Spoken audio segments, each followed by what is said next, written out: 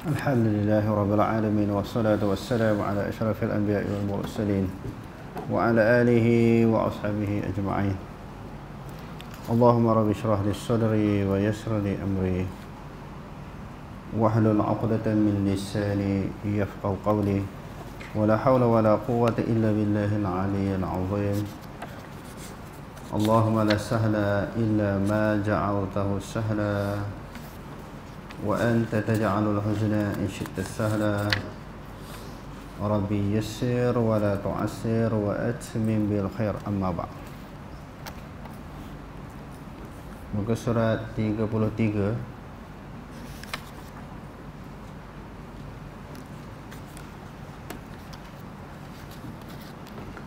Pandangan para salaf dan para imam yang terdahulu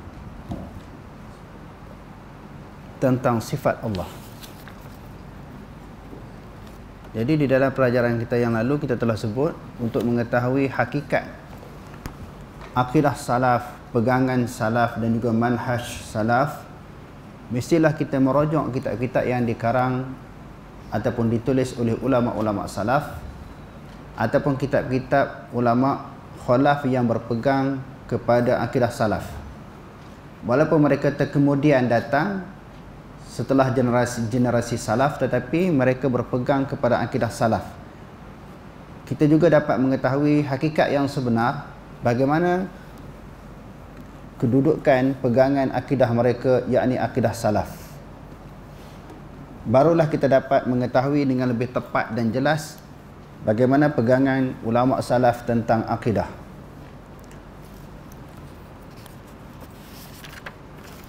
Wa ala hadha daraja salafu wa a'immatul khalaf radhiyallahu anhum kulluhum muttafiquna ala al-iqrari wal imrari wal isbati lima warada min as-sifati fi kitabillahi wa sunnati rasulih min ghairi ta'arudin li ta'wilih. Di atas jalan inilah para salaf dan imam-imam khalaf. Maknanya imam khalaf, ulama khalaf yang berpegang kepada akidah salaf. Mereka kemudian tetapi mereka berpegang kepada akidah salaf. Semoga Allah meredai mereka. Semoga Allah Subhanahu wa taala meredai mereka berjalan. Maksudnya meredai pegangan mereka, perjalanan mereka. Mereka semua bersepakat untuk memperakui al-iqrar, maknanya mengakui, al-imral maknanya melalui, serta menetapkan, yakni al-isbat, sifat-sifat Allah yang terdapat di dalam kitab Allah dan sunnah Rasulnya, tanpa mencuba untuk mentakwilnya. Dia kata wa ala hadha darajah salafu. Di atas inilah berlalunya pegangan salaf wa a'immatul khalaf, iaitu ulama yang kemudian tetapi mereka berpegang dengan akidah salaf. Radhiyallahu anhum. Semoga Allah Subhanahu wa taala meredai akan mereka. Kulluhum, semua mereka itu ulama yang kita sebutkan tadi, ulama salaf, muttafiquna 'ala al-iqrari. Mereka sepakat. Iqrar maknanya mengakui. Sepakat mengakui sifat-sifat Allah Ta'ala yang disebut dalam Al-Quran dan juga disebut di dalam hadis Nabi SAW. Yang keduanya wal imrari, maka mereka melalui ayat tersebut. Apa maksud melalui ayat tersebut? Baca ayat tu lalu tanpa mereka mengemukakan sebarang takwilan ataupun ta'tilan. Ta'wil maknanya memindahkan daripada makna asal, mengubah daripada makna asal, itu ta'wil. Yang keduanya dipanggil ta'til. Ta'til maknanya menafikan sifat-sifat Allah. Menafikan, tak ada, sifat ni tak ada. Itu nafi dipanggil. Ta'til. Ta'til ni maknanya menafi. Yang ketiganya dipanggil tashbih. Menyerupai sifat Allah dengan sifat makhluk. Yang ni pun tak ada, tak berlaku daripada kalangan ulama salaf dan juga ulama khalaf. Mereka tidak tashbihkan Allah Subhanahu wa taala. Cuma yang jadi permasalahan di sini, bila sebut imrar, ada orang berpandangan bahawa salaf imrar lalui ayat itu tanpa memahami makna. Sebenarnya salah mengetahui makna-makna ayat sifat. Sama ada ayat sifat itu datang daripada Al-Quran ataupun datang daripada hadis Nabi SAW. Sebagaimana huraian Al-Imrar itu kita dah baca beberapa kali. Dan Syekh Abdul Qadir Jailani juga menyebut di dalam kitabnya Al-Ghunyah. Ayat itu difahami maknanya, makna istawa, yad, wajah, ain, faham, tahu maknanya. Cuma yang tak tahunya kafiat. Imrar adalah imrar kafiat. Disyarahkan juga perkataan amirruha kama ja'at. Amirruha kama ja'at. Disyarahkan oleh Al-Mubarakpuri di dalam kitabnya Tuhfatul Ahwazi, syarah kepada Sunan Tirmizi. Kita dah bentang banyak kali. Jadi nama-nama kitab yang saya sebut ni, bagi hadirin yang tengok secara live ini boleh rojok. Apa makna imraruha ataupun amirruha kama ja'at. Tang ni menjadi isu yang orang tak faham, banyak orang tak faham. Orang kata salah ni lalui dia ayat tu tak terjemah. Sebab Allah salah tak tahu apa makna istawa, yad dan ayat-ayat sifat tak tahu. Sedangkan Imam Malik kata, kami faham apa makna. Makna atas, Allah Ta'ala di atas, kami tahu makna. Kami tahu makna yad, makna wajah. Perkataan Imam Malik ini dinakalkan oleh ramai daripada kalangan ulama, termasuklah Syekh Daud Al-Fatani di dalam kitabnya Durrus Samin. Di dalam kitabnya Durrus Samin. Nanti kita baca, kita jawi ya.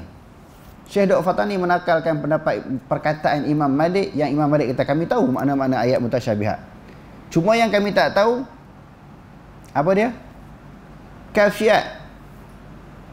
Sebab itu Imam Malik ketika dia sedang mengajar, datang seorang lelaki di dalam majlis dia tanya, kaifa istawa? Bagaimana bila disebut Ar-Rahmanu 'ala arsy istawa, kaifa istawa? Bagaimana kafiat istawa? Lalu lelaki tersebut tak tanya ma makna istawa. Dia tak tanya apa makna istawa. Makna istawa difahami. Sebab itu Imam Malik kata al-istiwa'u ma'lumun. Ma'lumun fil lughah. Istawa tu mengetahui. Tahu apa makna istawa. Wal kaifu majhulun. Yang tak tahunya kafiat. Kafiat yang tak tahu bagaimana. Begitu juga kafiat iyad, ain, wajah. Kafiat memang tak tahu. Sebab kita sedang membicarakan sifat-sifat Allah. Jadi Allah Ta'ala lah yang lebih mengetahui tentang dirinya. Dan daripada kalangan manusia, Nabi lebih tahu. Nabi pun tak hurai bagaimana kafiat. Ini hakikatnya Allah serah pada Allah Ta'ala. Sepatutnya Nabi hurai lah. Tapi Nabi pun tak hurai. Kerana hakikatnya Nabi sendiri pun tak tahu juga. Serah kepada Allah Ta'ala tentang hakikat kafiatnya. Yakni kafiat sifat-sifat Allah. Sebab tu dia kata di sini, ikrar, imrar. Pertamanya mengakui, yang keduanya melalui. Melalui di sini maknanya sebagaimana yang kita sebutkan tadi, tidak mereka menyebutkan diri untuk mentakwilkan ayat ataupun sifat-sifat Allah Subhanahu Wa Taala, ayat mutasyabihat ataupun hadis-hadis sifat ini tidak ditakwilkan dan tidak dinafikan. Tidak dinafikan maknanya bukan kata tak ada, memang ada sifat tersebut. Dan tidak tashbih, mereka tidak menyerupakan. Lima warada minas sifati fil kitabillahi.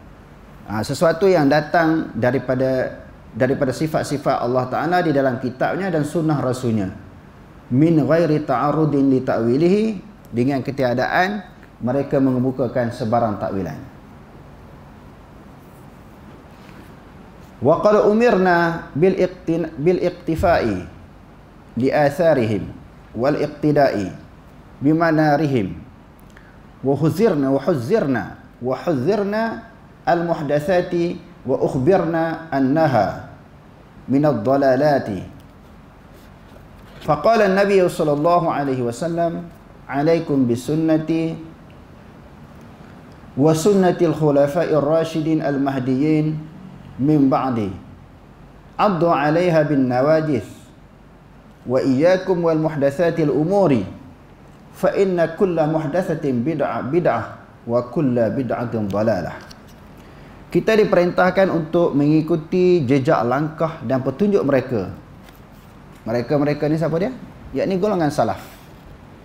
Sebab Allah Ta'ala sendiri memuji golongan salaf, kuntum khaira ummatin, kamu adalah merupakan sebaik-baik umat.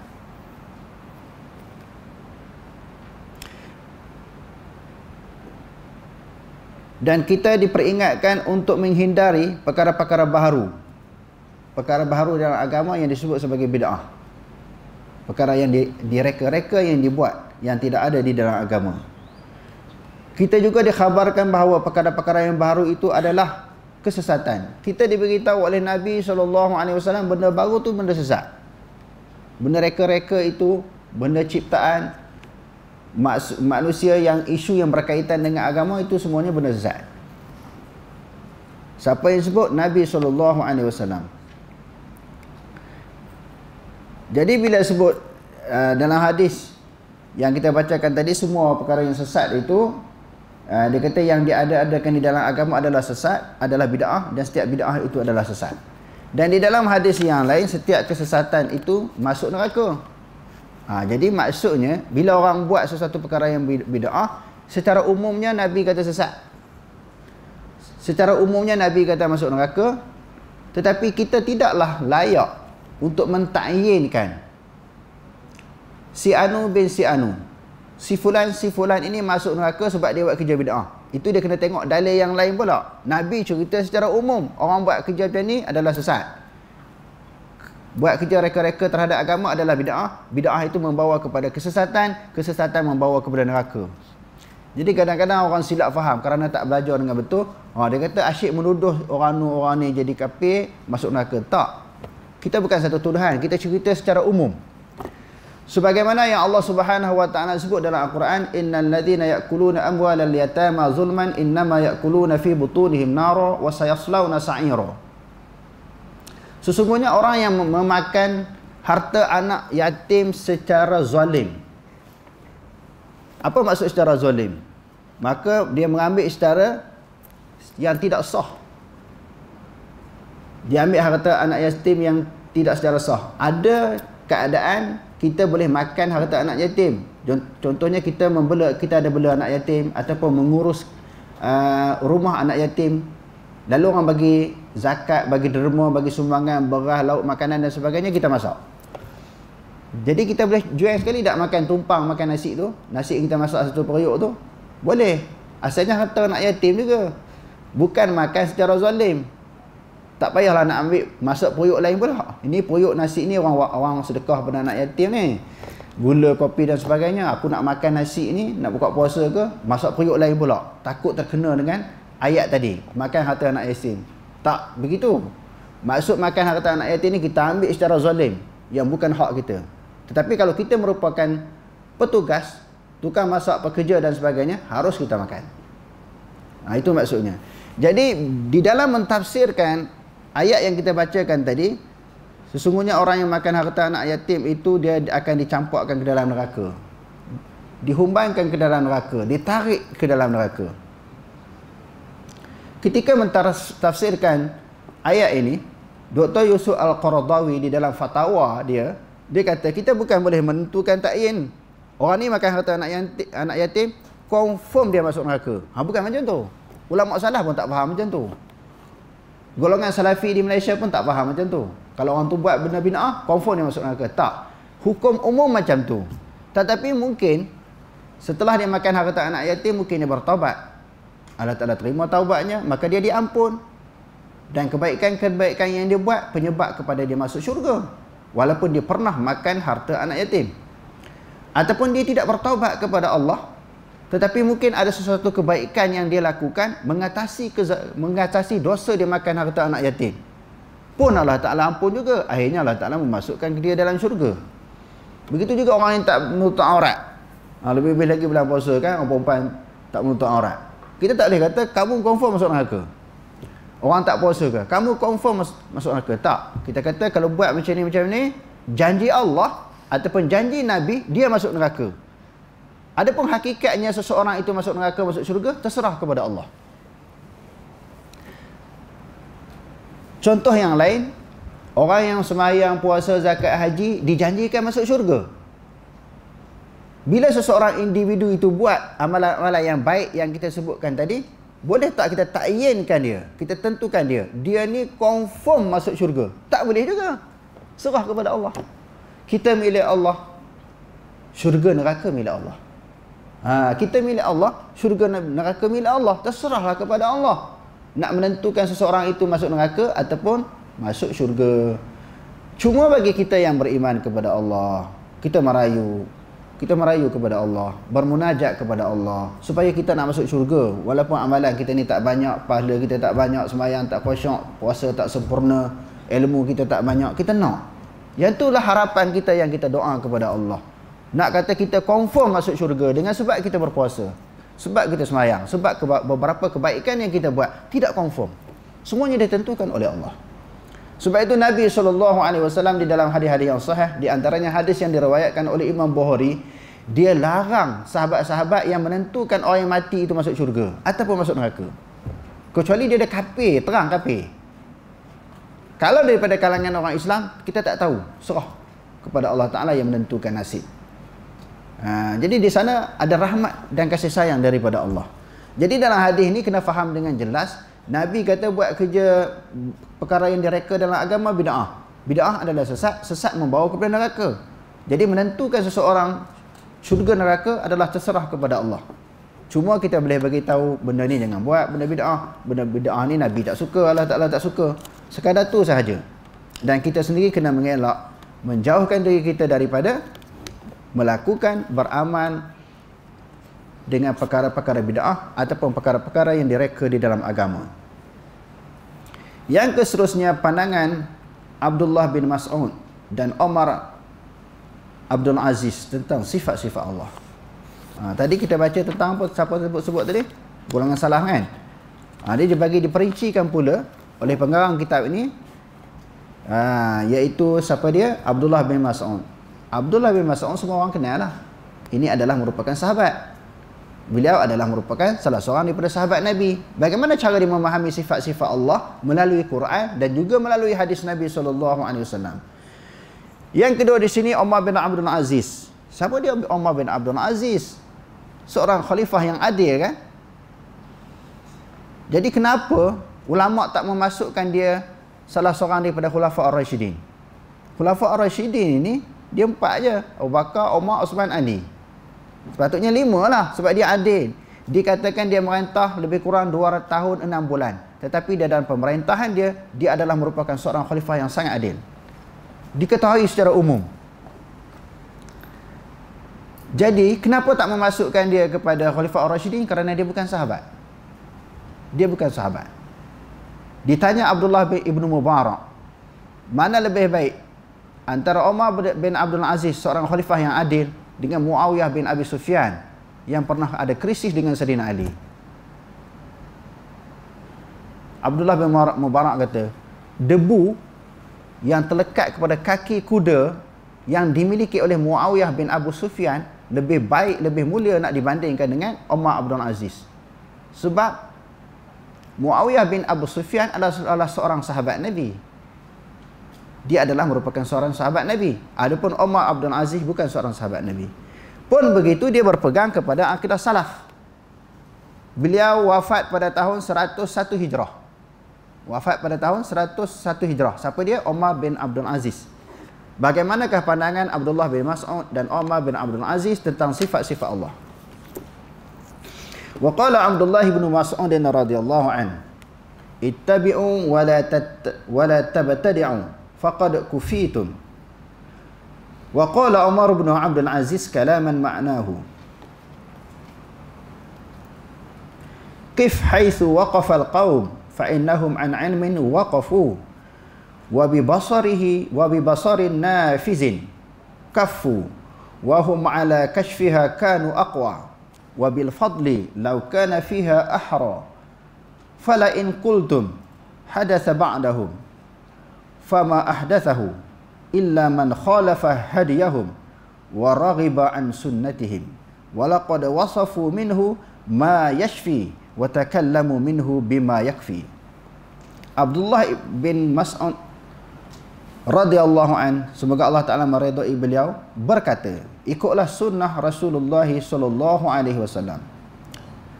Dan janganlah kamu semua melakukan perkara-perkara yang baharu di dalam urusan agama. Perkara baharu apa dia kita sebut tadi? Adalah bid'ah.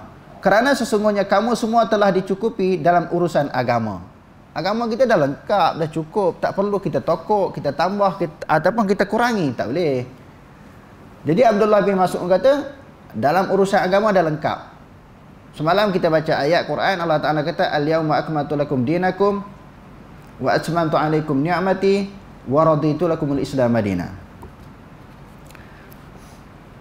Umar bin Abdul Aziz, semoga Allah Subhanahu wa taala meridai beliau, berkata dengan kata-kata yang semakna. Kata-kata yang semakna dengan kata-kata yang dikemukakan oleh Abdullah ibnu Mas'ud.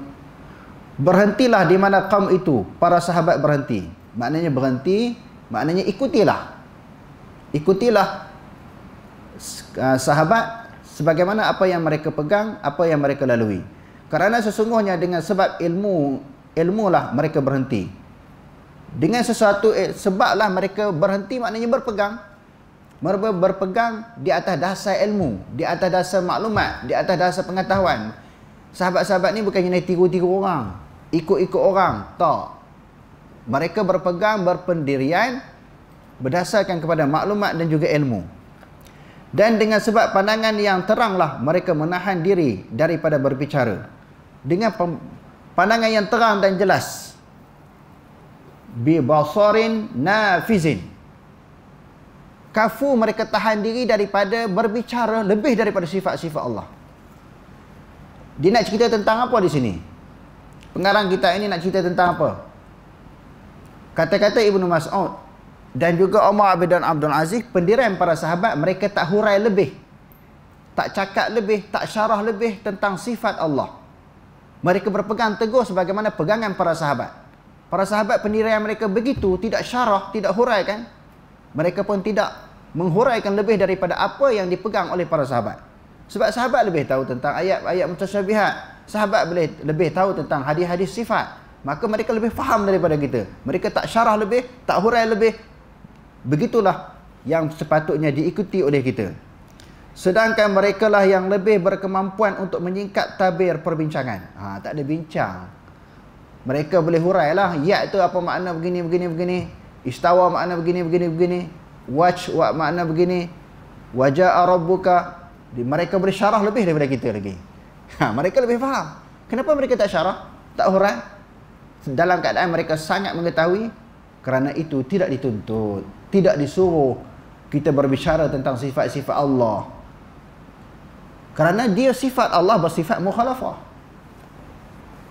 Sifat Allah bersifat mukhalafah, nak bicara apa, nak bincang apa, nak kias apa, tak boleh dikias. Fala tadribu lillahil amsal. Jangan kamu misalkan Allah Subhanahu wa taala dengan sesuatu. Jangan kamu bandingkan Allah Subhanahu wa taala dengan sesuatu.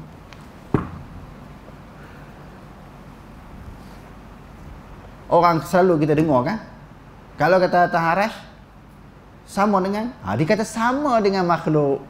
Kalau kata ada tangan, sama dengan makhluk. Maknanya dia membuat perbandingan Allah dengan makhluk. Tak sesuai, tak boleh.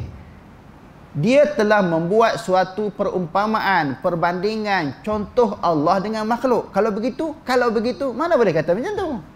Sebab Allah Ta'ala tak layak disebut kalau begitu. Walam yakullahu kufuwan ahad. Allah Ta'ala tak sama dengan sesuatu. Macam mana nak sebut kalau begitu? Sama dengan makhluk, sama dengan baharu. Tak layak sekali-kali kita membuat perbandingan, buat contoh, memisalkan Allah dengan baharu.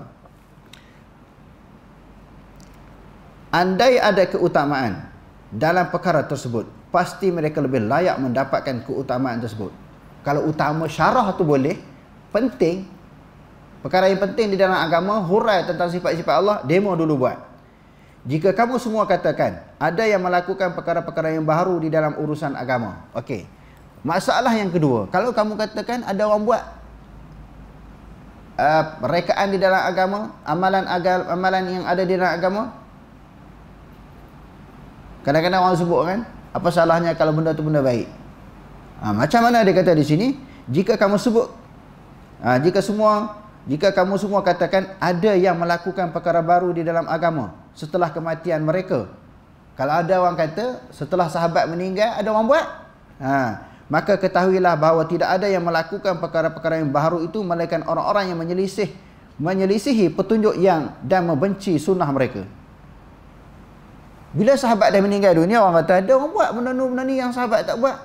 Kalau begitu, orang itu telah menyelisihi sunnah para sahabat, perjalanan para sahabat, mereka menentang apa yang dibawa oleh para sahabat. Itu maksudnya. Kalau ada orang reka juga dalam keadaan sahabat tak pernah reka, maka mereka telah menyelisihi pegangan para sahabat, pendirian para sahabat, amalan para sahabat.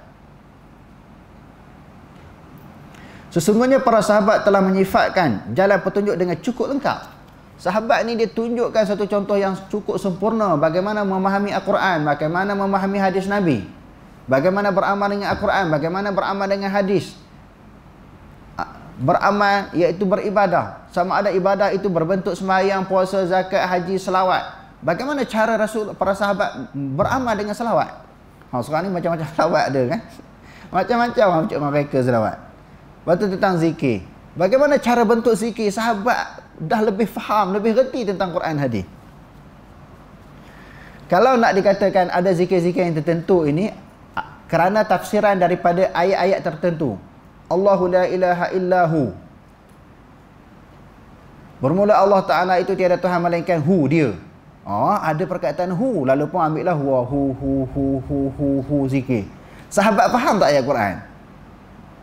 Sahabat telah menjumpai ayat ini dulu daripada kita. Dulu daripada pereka-pereka zikir. Sahabat lebih jumpa.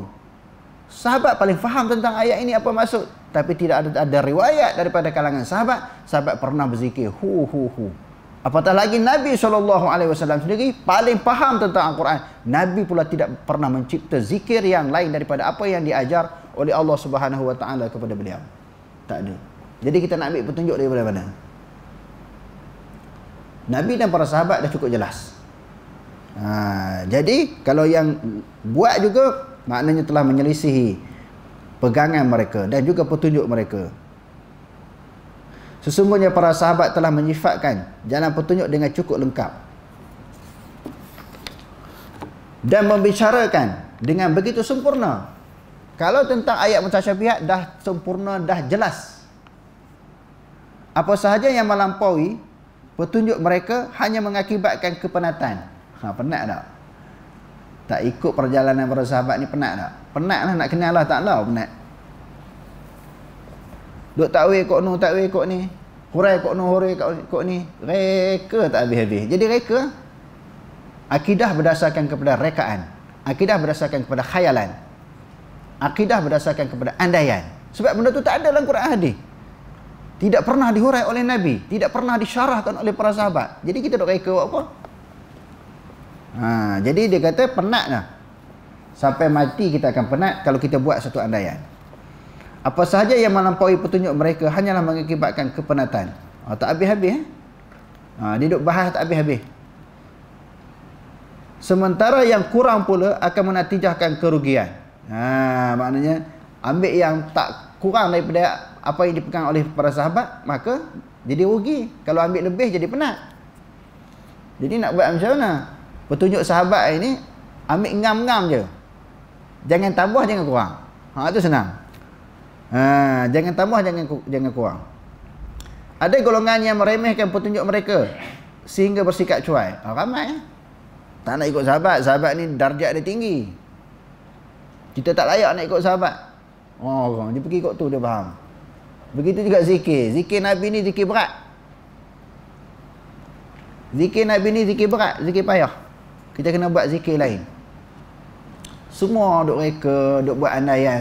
Tak nak ikut juga walaupun tenang, walaupun terang. Terang lagi bersuluh petunjuk Nabi dan para sahabat. Tapi tiap-tiap tahun duk cerita apa? Tentang maulid Nabi, kena ikut Nabi, kena ikut Nabi, kena ikut Nabi. Duk baca laqad kana lakum fi rasulillahi uswatun hasanah liman kana yarjullaha wal yawmal akhir wa dzakarallaha katsira. Duk baca ayat ni tiap-tiap tahun. Suruh ikut Nabi tapi dalam bab ni tak nak ikut Nabi. Duk cerita, duk puji para sahabat bagaimana mempertahankan Nabi di dalam peristiwa hijrah, di dalam peperangan. Sahabat sanggup mati tapi tak nak ikut sahabat. Duk baca sejarah sahabat, tak nak ikut hidayah, petunjuk yang dibawa oleh para sahabat. Jadi rugi kita. Jadi rugi.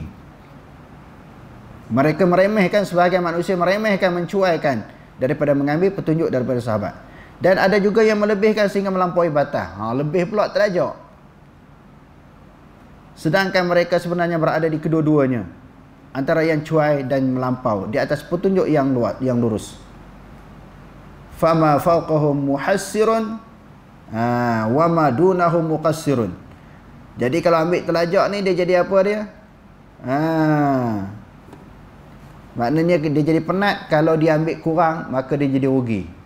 Walaqad qassara anhum qaumun wajafu wa tajawazahum akharuna faghalu wa innahum fima baina dzalika la'ala hudan mustaqim. Jadi kalau ikut mereka, memperolehi petunjuk yang benar. Yang seterusnya, hadirin sekalian, pandangan Imam Auza'i tentang sifat Allah. Imam Auza'i lahir bila? Tahun 88 Hijrah. Yang ni kita kena ingat, pelajar-pelajar tulis. Dia tulis atas tu, dia lahir pada tahun 88 Hijrah, wafat pada tahun 157 Hijrah. Wafat pada tahun 157 Hijrah.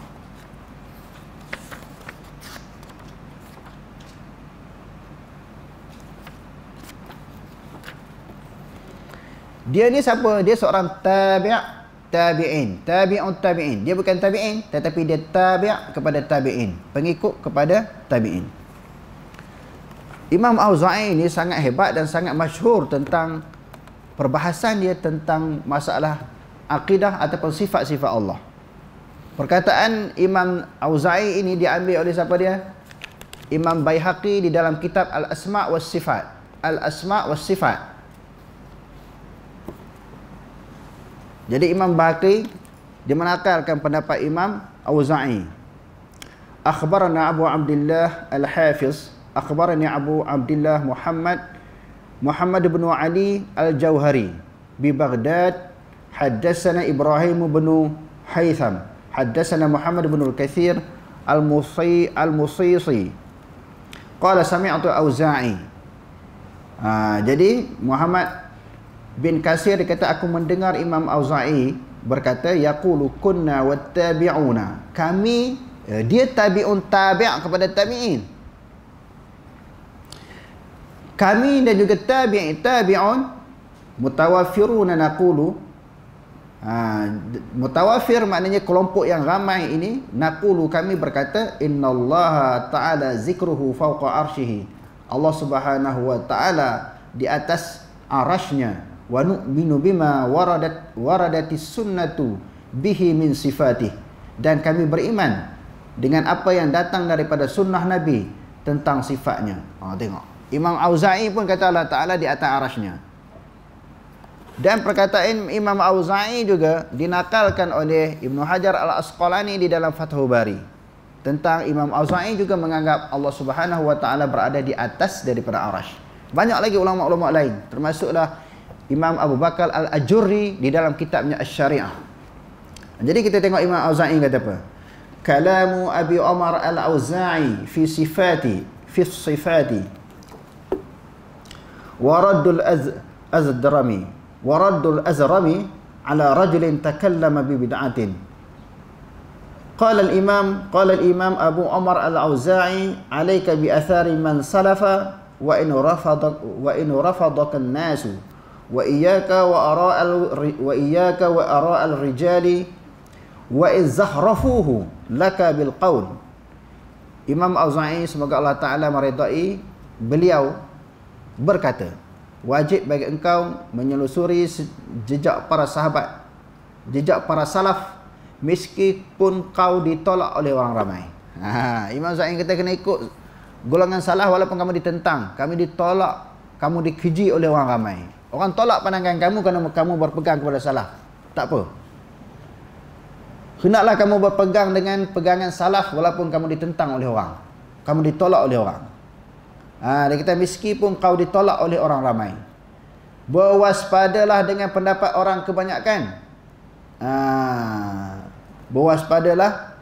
Dia kata berwaspadalah dengan pendapat orang kebanyakan sekalipun mereka menghiasi dengan ungkapan yang indah. Waspada dengan percakapan orang ramai walaupun nampak percakapan dia tu cantik, elok, tapi tak ikut sahabat. Waspada. Kena hati-hati. Untuk selamatkan diri kita di dalam pegangan agama ini, kita kembali kepada pegangan golongan salaf yang mana Allah Subhanahu Wa Taala telah mengiktiraf tentang kebenaran mereka dan juga dipuji oleh Nabi SAW. Khairul quruni qarni summa ladhina yalunahum summa ladhina yalunahum. Generasi zaman Nabi, sahabat dan juga tabi'in, juga tabi'un tabi'in juga. Kedudukan mereka ini diperakui tentang kebenarannya. Mereka lebih hampir dengan Nabi, mereka lebih faham tentang perjalanan apa yang dibawa oleh Nabi. Mereka telah lebih faham daripada maksud-maksud yang dikehendaki oleh Allah dalam Al-Quran. Mereka lebih faham tentang maksud-maksud yang dikehendaki oleh Nabi SAW dalam hadis. Kenapa kita tak nak ikut? Kita nak ambil generasi yang kemudian, yang tak tahu mereka itu jelas ataupun tidak, faham ataupun tidak apa yang dipegang oleh Nabi dan para sahabat. Wallahu a'lam. Aqulu qawli hadza wa astaghfirullahal azim li wa lakum. Wassalamu alaikum warahmatullahi taala wabarakatuh.